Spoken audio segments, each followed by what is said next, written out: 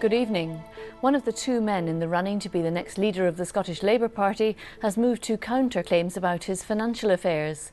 Anas Sarwar has announced that he's relinquished all his shares in his family's wholesale business. It follows criticism that the firm didn't pay all staff the real living wage.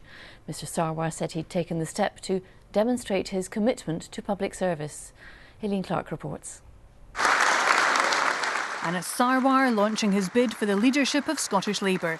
But in the last week, it's questions on his business dealings rather than applause that's been ringing in his ears. So he's acted to try to draw a line under it.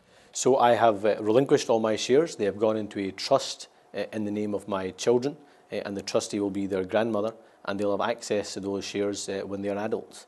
But to be clear, this means that I have no shareholdings at all, no assets at all. I have no influence or any say on those assets, and it is written into that trust deed that I will never have access to those shares and I can never financially benefit from them.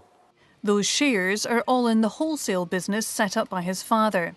Anas Sarwar's well-heeled background became the subject of some mirth from the SNP last week during a debate on taxing millionaires. I thought it was really unfair of Alec Rowley to personalise this debate by bringing Anas Sarwar into it. Richard Leonard, the other contender for the leadership, wouldn't comment today. It's clear, though, that Anas Sarwar has no thoughts of standing aside to let someone else with a completely clean slate run in his place.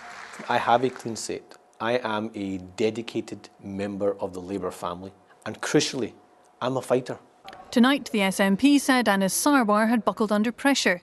The Conservatives said Labour supporters were facing a choice between a hypocrite or an unelectable left-wing candidate. Aileen Clark, reporting Scotland.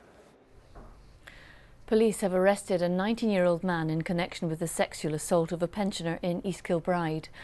Football Celtic took the 3 points in the first Old Firm derby of the season with a 2-0 win at Ibrox.